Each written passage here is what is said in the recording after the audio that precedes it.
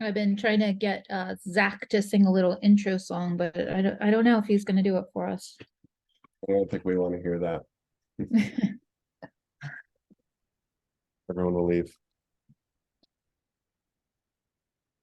But I don't know. Give a thumbs up if you want Zach to sing an intro song while we wait for people to come into the room. I see a thumbs up. I might leave. Oh, we got a thumbs up there, Zach. There it goes.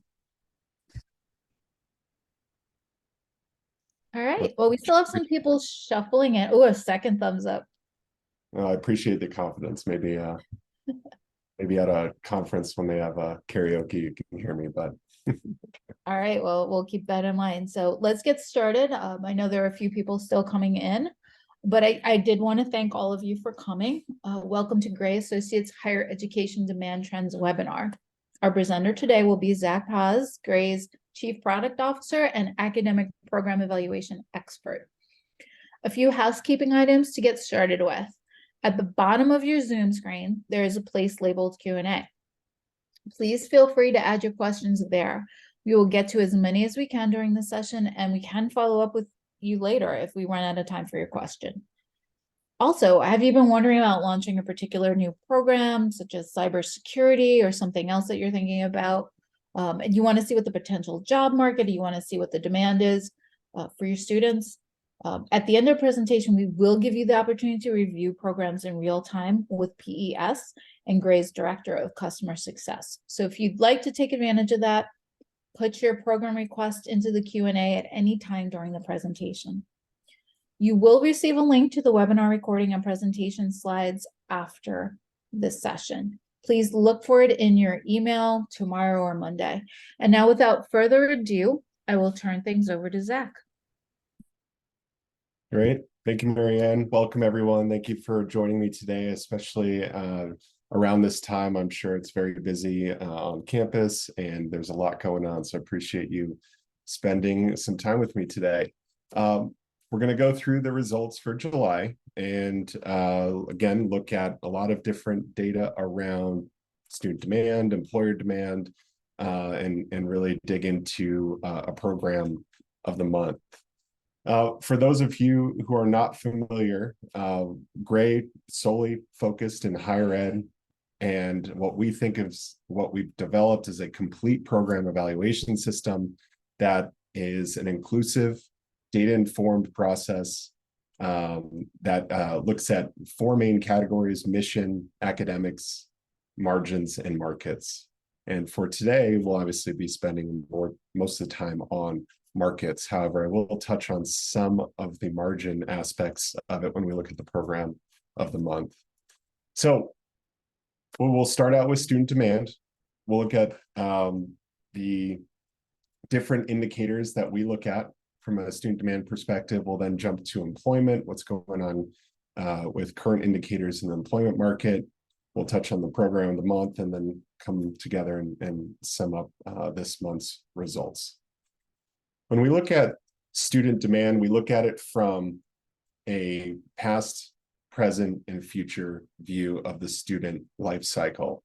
And I'm sure a lot of you are familiar with some of the data that we'll see here today, and maybe some of the data is new to you as well. But starting with one of the most comprehensive, yet more historical view of student demand is the IPEDS completions data.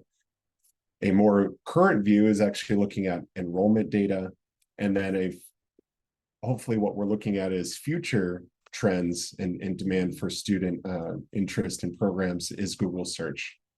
So let's start with one of the most leading indicators, which we believe is the Google search data. So let's start out with what this is. We start by tracking over 900 programs. And so for each one of those programs, we're tracking an average of 14 keywords per program. So imagine bachelor's in business administration or bachelor's in registered nursing. Those are the types of keywords that we're tracking in our system. Those 900 programs, although are not a complete list of all 1,500 active zip codes, does cover 90% of all students, all graduates. So it's a very large portion of the pool there. So in July, we saw an increase of 9%, which was nice because in June we saw a flat month over month year over year comparison. So again, we're seeing this is one of the highest year over year comparisons this year so far. So it's good to see that searches for program keywords are at the highest year over year that they've been so far at 9%. When we dig into what's growing the fastest, we can see that there's some very fast growth in digital marketing, over 200% growth in searches related to the keywords. That's followed by business analytics and artificial intelligence. And as you'll see, business analytics and artificial intelligence and other tech type programs are going to show up in other data sources that we're tracking for student demand as well. But there's a pretty good mix for these top growing programs in terms of Google searches: 3 tech programs, 2 marketing programs, 2 education, and then 2 that we're just putting into another category, or 3 that we're putting in another category. So it's not just to say that one area is growing the most. We're finding pockets of fast growth in many different discipline areas. We also can use this information to understand what is the potential competition for these keywords. One way to look at that is looking at the cost per click metrics coming from Google. And what we see here is just some of the highest cost per click, meaning that there's going to be a lot of institutions in the market bidding on keywords related to these programs. And one of the highest is actually psychology at $45 cost per click. And you can see that runs down for the top 10 or so, all the way down to accounting at $32 cost per click. And again, these are the most expensive programs to bid on, not just from a demand standpoint, but this data, again, looking at it from a competitive standpoint and understanding, if I'm going to launch a program and I want to, as an institution, promote that program programmatically, what is it going to cost us to produce, and get students to our webpage versus another institution's webpage? And so it's another valuable data source to help you to do that just from the Google database. Right. So that's what's going on with Google. Looking at a more current trend, right? This is students actually walking into the classroom and then defining what major they are in when they are in this term. So what we've done is work with the National Student Clearinghouse to develop an analysis of total enrolled students as well as new students. So we'll talk about just new students in this case. So these are new students based on the first time that they've ever showed up at a specific award level. So they might have gone to a community college, entered the program there. They would have shown up as a quote unquote new student there. They transferred to a bachelor's program. They would then show up as a new student there as well. Or they went straight to a bachelor's program. They would show up as a new student there. All right. And what we've seen looking and comparing new student enrollment for the fall and spring of 2022, 2023, and comparing it to fall and spring of 2021, 2022, at the bachelor's level, bachelor's and above level is down 4%. Right. So an overall trend for enrollment for bachelor's and above for new students is actually down 4%. However, that just because that's an overall trend, we're finding pockets of growth within even that downward trend. So it's even more important to dig into the details here to really identify those opportunities. First, looking at just the highest in terms of total Business administration, probably not a surprise to anyone, is one of the highest new students enrolled for bachelor's programs, 115,000 new students at the bachelor's level in the fall, spring 2022, 2023. That's followed by biology, psychology, registered nursing, computer science. And then it starts to get to, much smaller, but still large: criminal justice, engineering, kinesiology, and exercise science, mechanical engineering, and finance. So again, a mix of both STEM, business, and other programs, rounding out some of the largest highest new student enrollment. What's growing based on this enrollment data? And so this is a comparison over the last 4 years, comparing fall and spring. So the compound annual growth rate, what's the average growth rate annually over the last 4 years? And cybersecurity grew 15% annually for over the last 4 years. That's followed by health services and allied health, general, finance, both 7% growth over each year over the last 4 years. Computer science, neuroscience, space engineering all grew at 4 to 5% annually. So again, although we're seeing that gradual slow trend at the bachelor's level of declining in new student enrollment, there are pockets of large growth within that. So again, it's always important to look at not only at what we're looking at the program level here, but even geographically, we'll see difference in pockets in growth. So this is the bachelor's level. Let's also look at one of the highest total master's programs, and it's not surprised here. I'm sure none of you are surprised that MBA is the largest for new student enrollment. In this case, we're looking at new student enrollment, 67,000 students, new students at the master's and business level, taking business administration. And followed by that is computer science, business analytics. So again, we continue to see business analytics growing at a pretty fast pace here at many levels. We also then have social work, registered nursing, and healthcare administration are rounding up the three that are counseling and healthcare related programs that are large at the master's level. So what are the fastest growing? Business analytics grew 27% annually. That's per year on average over the last 4 years.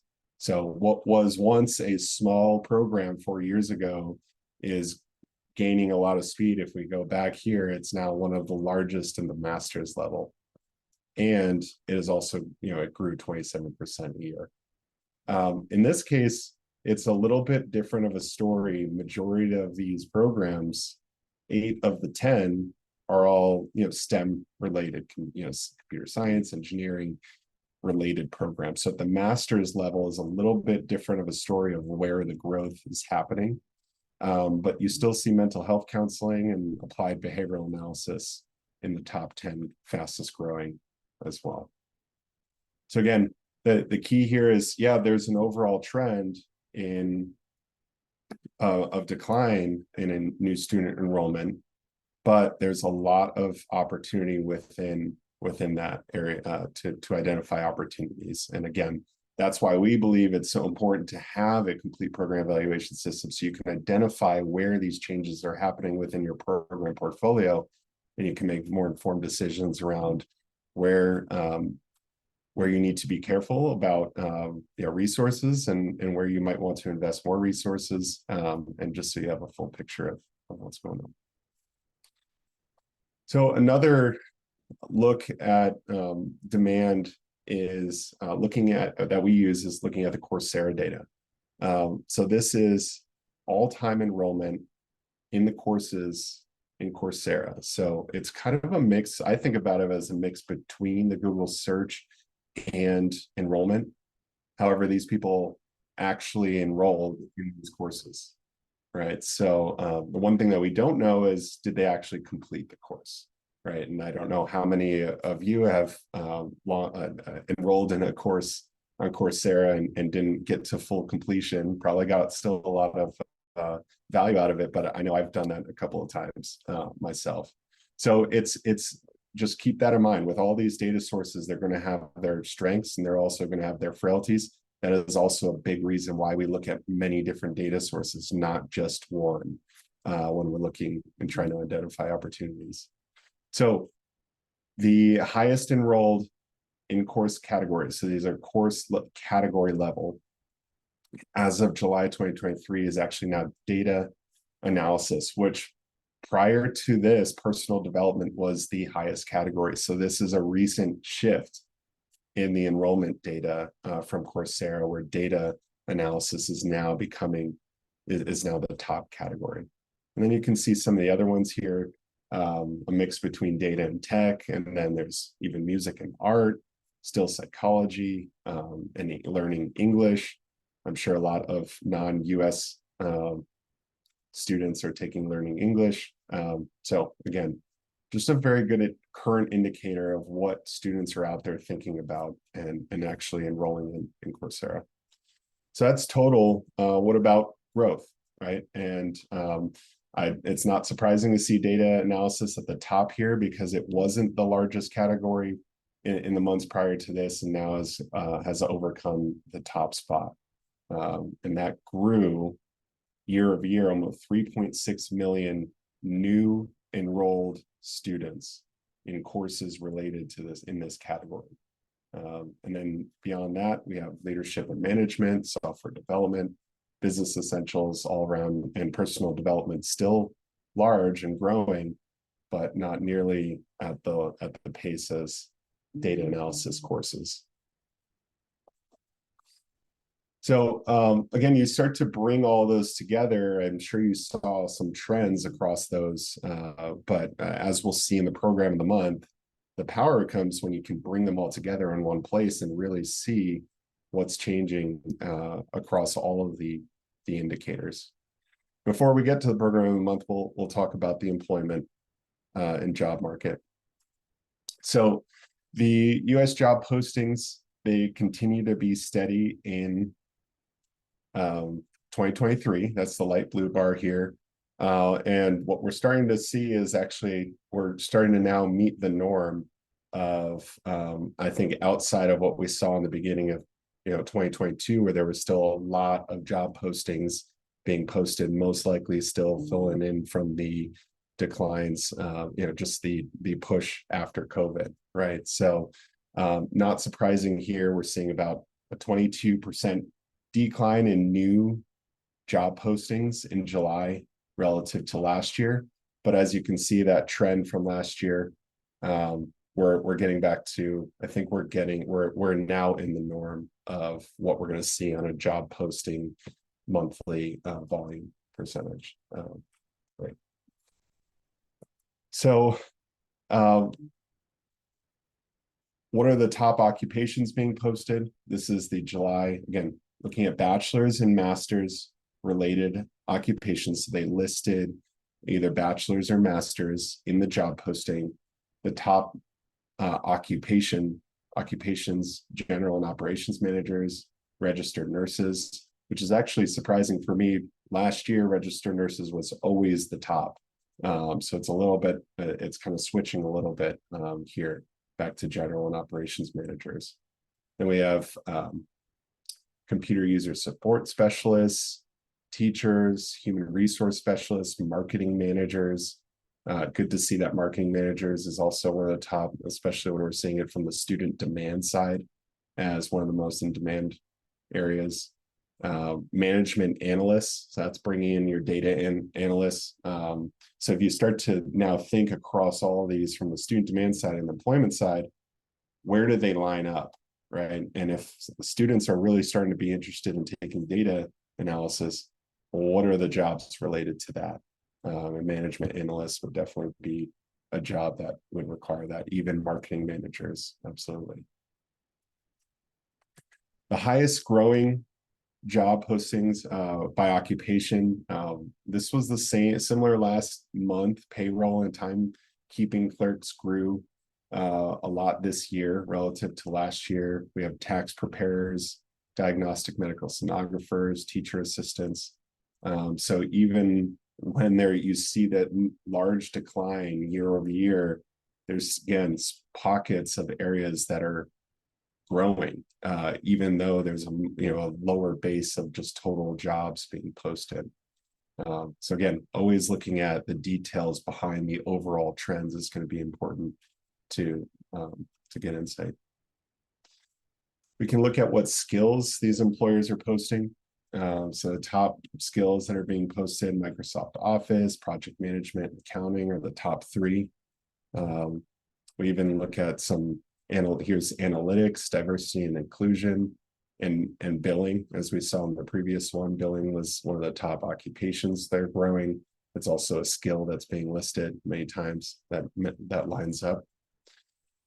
We can look at what soft skills or people skills. I know there's a lot of discussion around what these skills should be named. I've heard soft skills, people skills, core skills, but again, these are things that employers are looking for. So management, planning, leadership, customer service, to round out the top four in July.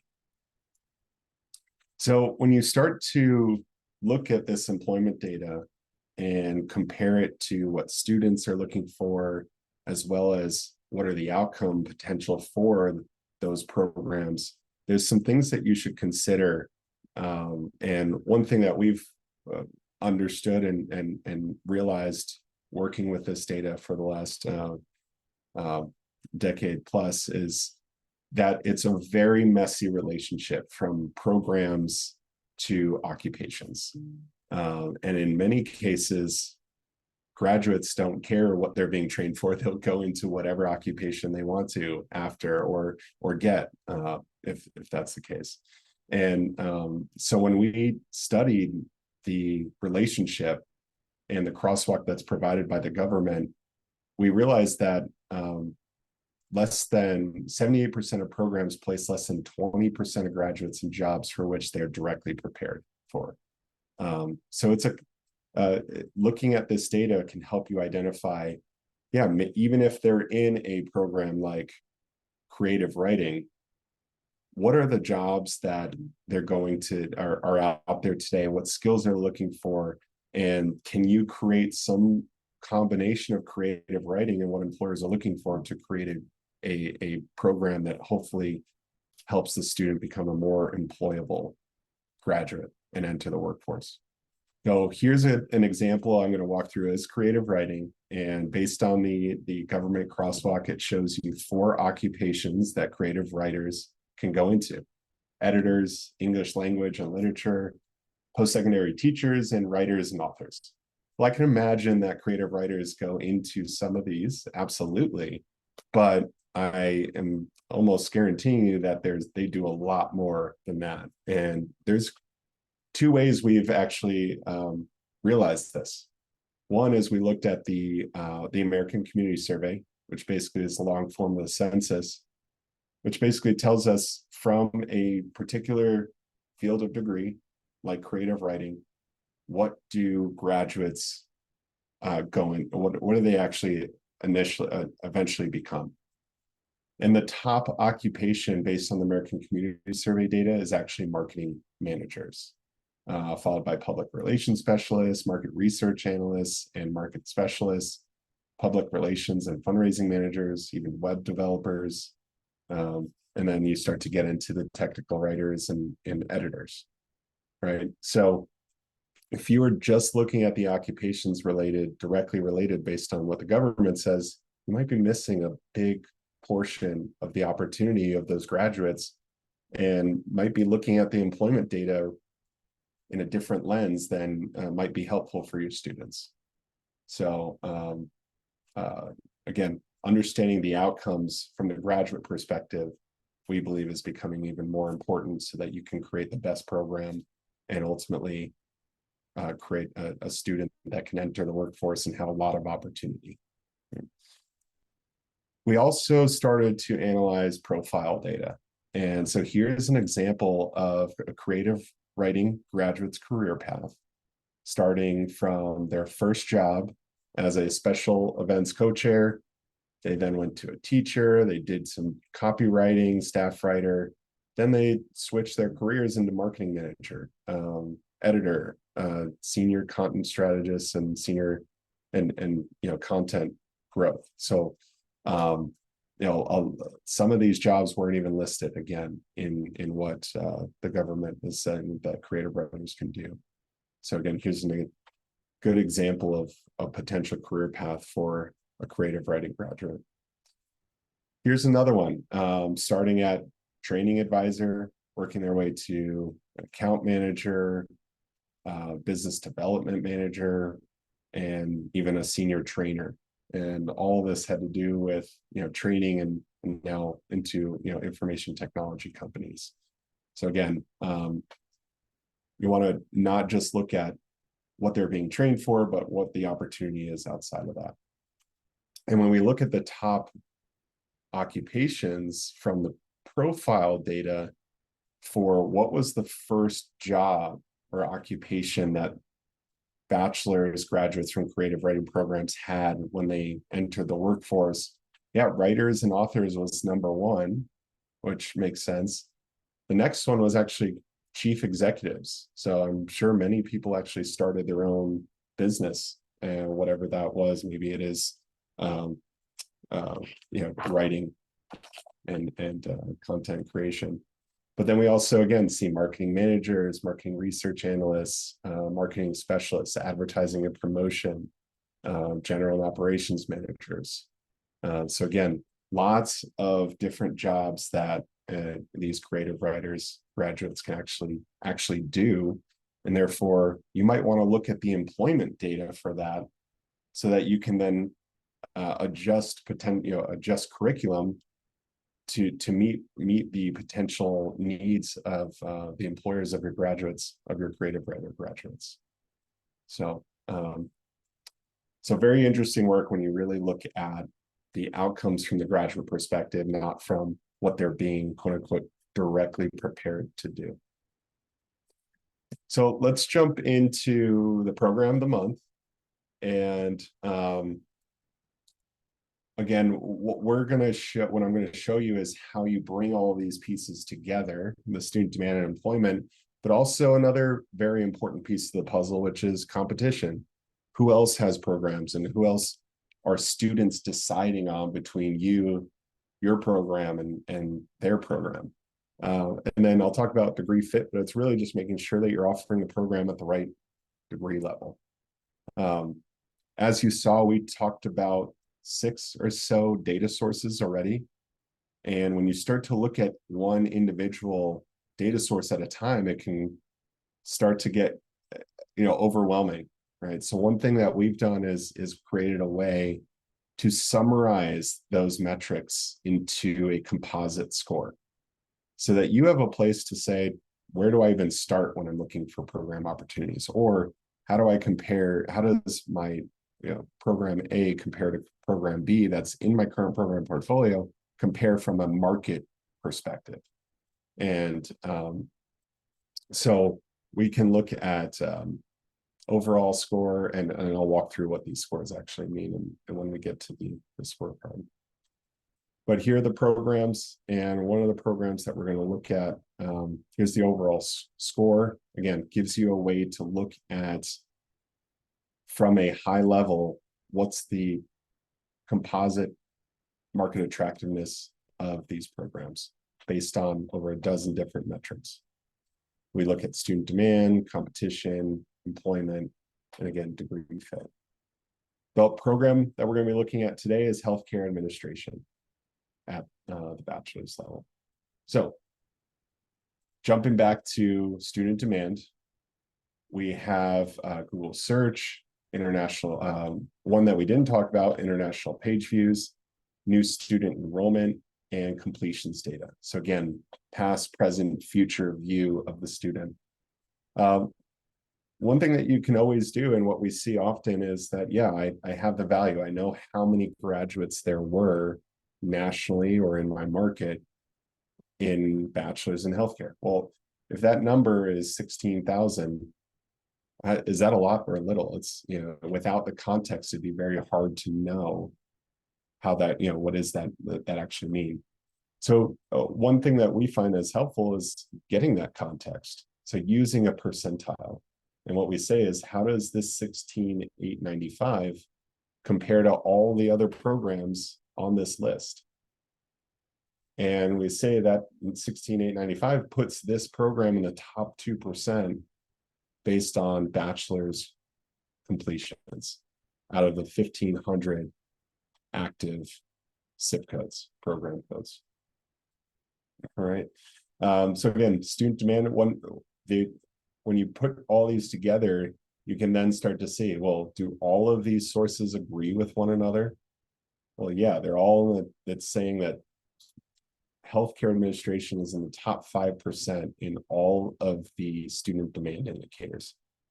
We could be pretty confident that this is a large program when they're all pointing in the same direction, right? There's a couple of other things we'll talk about, especially when we get into competition, but understanding that graduates in your market are often based on where the institution is located. We actually have taken the time to show where the student is located if they're taking an online program. And I'll talk to you, and when we get to the competition section, how that can drastically underestimate the competition in the market. Overall, the program of the month, Bachelor's in Healthcare Administration, is one of the largest programs at the bachelor's level. Then we pull in growth metrics, and we can see Google search up 13%, new student enrollment down 6%. We know what the overall enrollment growth was -4%. So actually, this is declining a little bit more than the overall trend of 4%. But completions are up 7%. So there's a little bit of a mixed bag here. We'd be a little bit concerned about that -6%, although we're seeing that trend overall. But we're a little bit more optimistic because Google search is still up and completions are still up.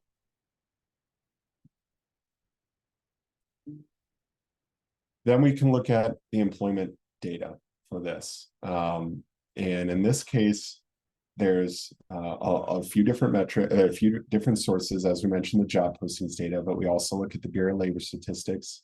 And again, the easy thing to do is to look down this list here and see, okay, what's high on a percentile, or green or darker green, meaning a higher percentile or something good. Well, yeah, there's lots of jobs from both a job posting perspective as well as the Bureau of Labor Statistics perspective. Not only for occupations they're being directly prepared for, but also occupations that they end up getting no matter if they're being prepared for them or not. So there's a lot of opportunity for these graduates from both a direct relationship, but also what they go into, maybe not directly related to healthcare administration. We look at the current historical growth and the future projections. We do compare this to the number of graduates to get an idea of saturation. And about when you see 50, that's about average, right? So it's about average for the number of job postings per grad. And then we can look at wages, 10th percentile wage, and then the mean wage are pretty strong here in the top percentiles. The one area that's not that strong is actually the outcome data from the bachelor's from the ACS data. And one area that's a little bit concerning is one of the highest unemployment rates, 30 to 60 at 3% relative to other programs. Remember, at 96% is saying that 3% is one of the highest unemployment rates, which is why it's getting knocked down here. And again, another important reason why you want to look at the outcomes of graduates, not just the jobs that they're being quote unquote prepared for, is that only 8% of graduates go into jobs that they're being directly prepared for based on the American Community Survey data. So again, a big difference. That means over 90% of graduates are doing something else outside of that.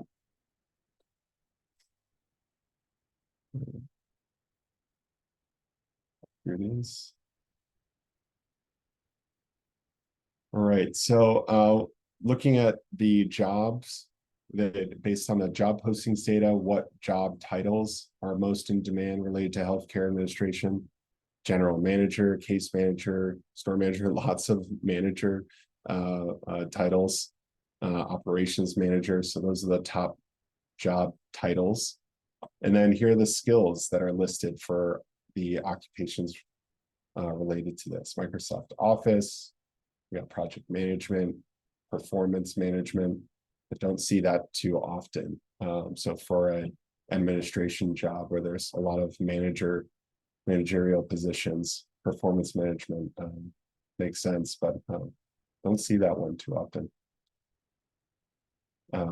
Yeah, so there's top skills there. And then let's jump to competitive intensity. So not only do you want to understand what students are looking for and what employer demand there is, but who else is in the market and what are they offering? Not from just a high level standpoint, how many are there? And then if this is a new program, or even if it's a current program, one of the best benchmark or easiest benchmark numbers is actually to compare your average and median program size to the market. And in this case, the average is 22 and the median is 9. So depending on where you think you fall on that spectrum, are you above or below that average or median? And then you can always look at the institutions in the market and see who are the largest institutions offering this program. How many graduates are they producing? And then we, similar to what we saw earlier is the Google search cost per click, $37, one of the highest cost per clicks. So if you were to bid on this program, it's going to be pretty competitive, right? So if this was a brand new program, I'd want to be really careful about how you can compete in this market, because it is one of the most competitive programs, not just from a volume standpoint, but also from a marketing standpoint, as well as it's not one of the largest potential program sizes, relative to business administration, which is the most competitive program from a volume standpoint, but also has one of the highest average program sizes. So even though there's a lot of volume, there's still the opportunity because of the program size potential.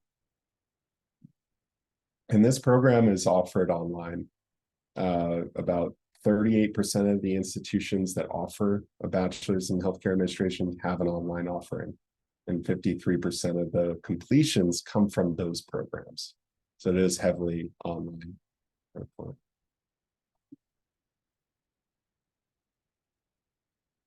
And then the final category is degree fit. This section is really to help you identify what's the appropriate degree level for this program. Is it appropriate at the bachelor's level? And in this case, yes, 52%. Obviously, we're looking at the bachelor's level, but 45% of these graduates from this type of program are graduating with a master's degree.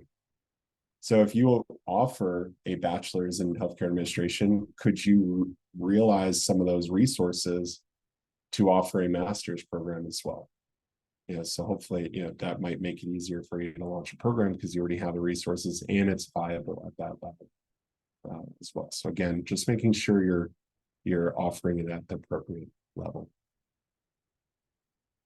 And then bringing this all together, right? We saw some potential issues. We saw some very strong items about the program in terms of student demand. But again, competition is very high, and depending on how you score unemployment rates from the bachelor's from the ACS data, this could be a potential dangerous program if you're thinking about the outcomes for your students. I would say a lot of you might say, I'm not worried about that. We're going to work and make sure our graduates are employed and we continue to be employed. So overall, this program is still one of the highest scoring programs based on this scoring rubric. Again, all of these scores can be manipulated to say, do I want to focus on student demand metrics? Do I want to focus on employment metrics? How much of a factor should competitive intensity be when I'm scoring programs at a high level, right? You should always then look and dig into the details, but from a high level, can I get a good, comfortable composite score that I can be comfortable saying, comparing healthcare to, psychology or mental health counseling or engineering, for example. The external data can also is good, but you might also want to know, how does this compare to other programs from a revenue standpoint, or in what we call contribution from a per student credit hour basis.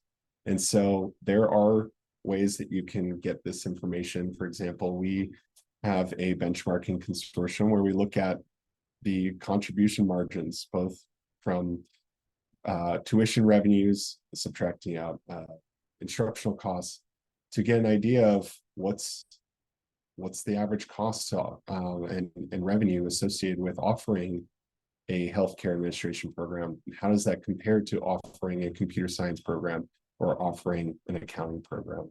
And in this case, we can see the median contribution, the blue line. Actually, art teacher education is higher in terms of this. We would say, based on the data in our benchmark consortium, you have a higher contribution margin with an art teacher education relative to healthcare, computer science, accounting, and psychology. Right. So again, not just getting an idea of what the market is saying, but starting to get factors of how could this influence the economics of our institution. And doing comparisons to yourself to other institutions can help you identify areas where you're being efficient or inefficient, and and then you can start to dig into potential reasons why for those inefficiencies or efficiencies. What can you learn from programs that you're beating external benchmarks, and what can you learn from those where you're not? So again, having that perspective and comparing it to other institutions like yourself. So in summary, demand for programs we saw from an enrollment standpoint are down, but there's always going to be pockets of opportunity. We saw some very large, fast, growing programs. From a Google search standpoint, Google search program searches were up 9% in July, which is the highest year-over-year growth this in a month for all of 2023 so far. So again, we're optimistic that this is flattening out, and hopefully Google searches is that leading indicator to tell us that it is. When we looked at some of the fastest growing programs, as I mentioned, just because we were down 4% doesn't mean there aren't fast growing programs. Cybersecurity was one of them, business analytics, as we saw. So again, having the detailed data at the program level, again, will help you identify those areas of opportunity. In July, postings were down 22%, but again, I think we're getting back to that norm, at least we think that at Gray, where we were coming down from that huge uptick in jobs that were being posted post-COVID. And for the program of the month, it is a very interesting program, very large, a lot of student interest, growing student interest.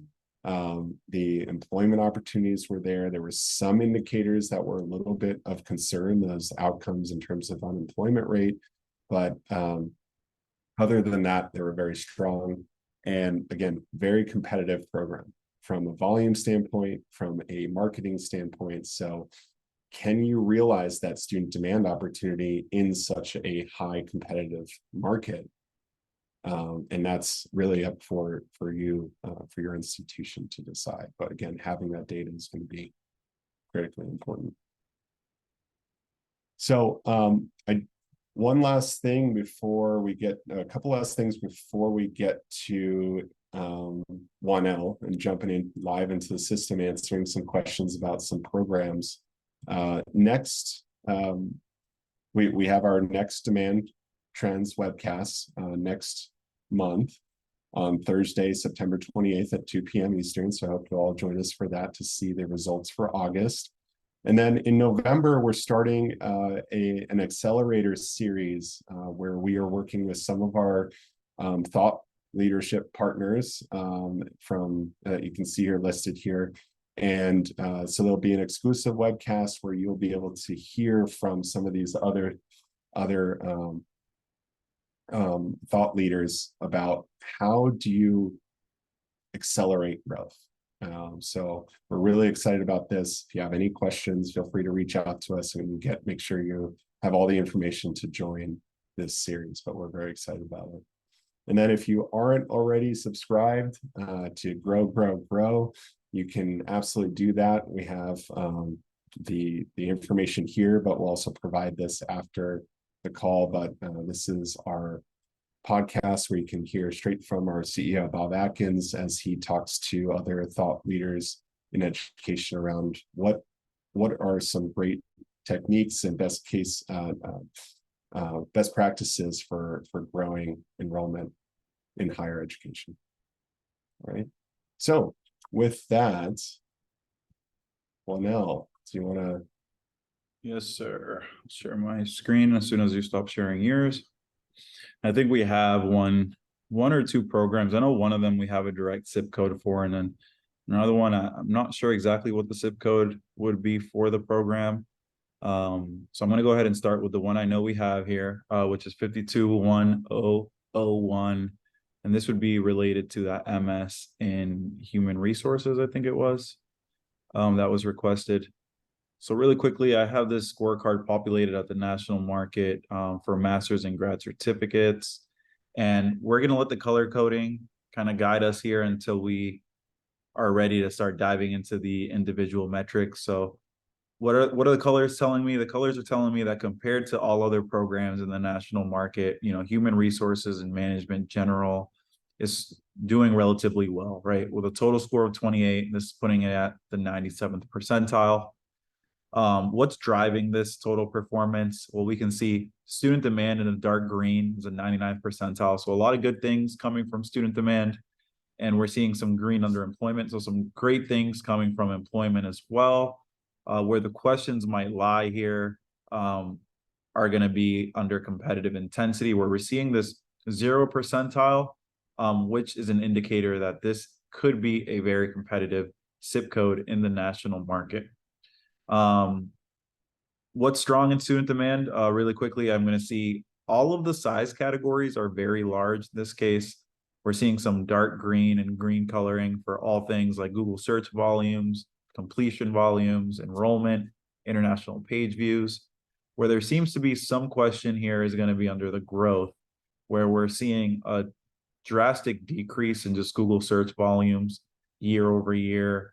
We're going to present this in terms of units as well as percentage, right? 30,000 units sounds a lot scarier than an 8% decline, but a decline is a decline nonetheless. We're also seeing a decline in new student enrollments at 722 units here, okay? That being said, completion volumes year over year are up 829 at the 99th percentile here. Okay, so student demand looks okay. Some slight decrease year over year in some of the indicators like enrollment and Google search volumes. When we look at employment, we're seeing a lot of job postings. When I say a lot, the reason I'm saying that is because I see this 92,000, and we're going to have that 92,000 up against this percentile here of 92, which is going to give you a sense of the position of this value compared to this value for all other programs in this market. So compared to other programs, human resources management has a lot of job postings. What I'm going to also highlight here is wages are right above average, and also the saturation here, job postings per graduate at 4.9 job postings per graduate are above average as well. So there are a lot of jobs. It seems like there's enough jobs here in this case. I think that's it to highlight here in the employment. On the right, I'll quickly just highlight the degree fit and its intention, right? We're just going to make sure we're considering this program at the right award level. This zip code tends to complete nationally at bachelor's 38%, master's 31%. So there is an even split there. And then at the bottom here, we're going to be able to notice, for folks working in this field, what is their educational attainment? It looks like a good number of them have either a bachelor's or master's level credential here. Okay. And finally, the questions here really lie on the competitive intensity. 175 campuses with graduates. This is at the 97th percentile. And then we have median program completions at 6. This is at the 68th percentile. So a lot of institutions, a lot of campuses in this market, and median program completions are right about kind of average here at the 68th percentile. What I will highlight is the 64% national online percentage of completions. This would tell me that, compared to all other programs, this program does have a strong online viability, given that 64% of all completions are happening online. If you're going to offer this program, or if you already offer it, you're probably going to want to do it online. Okay. Any questions here on human resource management?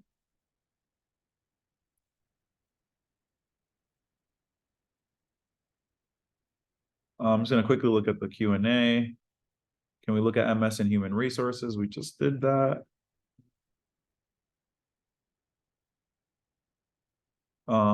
Any other programs?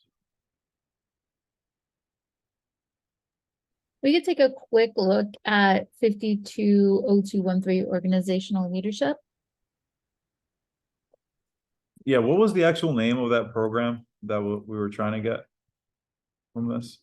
Yeah, it was more within the human services, I believe, but we also are going to follow up and see if we can do a deeper dive.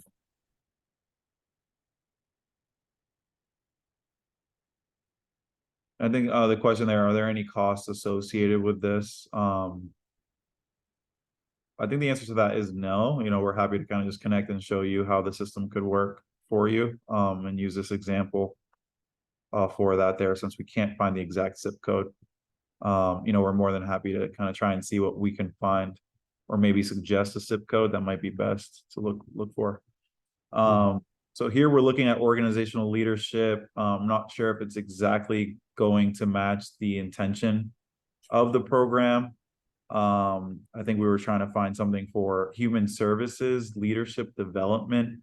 I think that's going to be a combination of a number of zip codes. So if we really wanted to judge the demand for that program, I think we're going to want to really identify what is the intention of that program that we're trying to offer, and where could it overlap with some other zip codes, and what other zip codes could we use to gauge market demand. So that is going to be a little trickier task there. But, in a perfect world, let's pretend organizational leadership was a zip code. So that's what we're looking at here. Really quickly, what I can see in organizational leadership is a very similar story to what we saw in the human resources, where, student demand is very strong here. Employment looks to be very strong. The real questions here are going to lie in, the competition, and how do we compare to the current competition, right? So if we're looking to add this program, we're really going to want to focus in on how do we compare to who already has this. And if we're looking to review our current program, we're going to lean on, well, how do other institutions that compare to us, how is their performance of this program doing? And how does it go up against our performance? And are we overperforming or underperforming? So really quickly, student demand, size metrics are strong. We're seeing a lot of dark green here. The only question here seems to be in the new student enrollment is just declining year over year. So I'd be curious about that. It could be maybe there's another zip code in this family that's capturing, that enrollment or whatnot. There could be a lot of things going on there. For employment, we're seeing very strong job posting totals for the past 12 months. And very strong wages, especially this mean wages here. You'll notice that mean wages has a score, but the 10th percentile wage doesn't, right? So when we're looking at the BLS relationship of, occupation codes to program codes, we're going to notice that for jobs related to this field, the mean wage is at about 94,000. And the reason we use the mean wage is because we're looking at a master's level program here. So you're probably going to want to be looking at more of that kind of middle of the road wage, as opposed to a 10th percentile wage that we use as a proxy for entry level wages and would be scored on a, undergraduate rubric. Now, another thing I want to highlight here is this percentage in direct prep jobs, right? Based on the ACS, which is an American Community Survey, we are going to be able to notice that for folks who graduated in this field at the bachelor's level, and keep in mind, there is a large amount of folks doing so here, 35% of completions at the bachelor's level. Only 3% of them work in a field directly related to this. So there is going to be a task here in making sure we are communicating kind of the true value of the degree here, and what other jobs can we get, or can you get with a degree in organizational leadership. What you would find with looking at a skills map would be that there's going to be a lot of different skills and competencies associated with this field that are going to overlap across many industries in the employment market. So when I see this 3% here, I think it's important to note that that's going to be one of the main tasks here with a program like this. And then finally, competitive intensity, very similar story to that program before. 189 campuses with graduates, very competitive, a lot of institutions, a lot of campuses in this market. And the median program completions at 6. I mean, this is a 68th percentile number. You know, in my experience with the grad programs, they tend to be a little lower than the undergrad programs, but still a number like 6, you can kind of lean on as if you're looking to start a new program, depending on how you compare to the market, the amount of completions that new program might bring for your institution are most likely going to be closer to the median than they will be to the average. So this could be used as a proxy for that. And then finally, 68% national online percentage of completions. Again, same narrative as before. If you have this program, or if you're going to offer this program, you might want to make sure it's happening online, because that's how it's tending to complete here in the market today. Okay, and I'll pause here. I know we have 3 minutes left. Unless there's any, are there any questions about organizational leadership? If not, I'll go ahead and stop sharing my screen.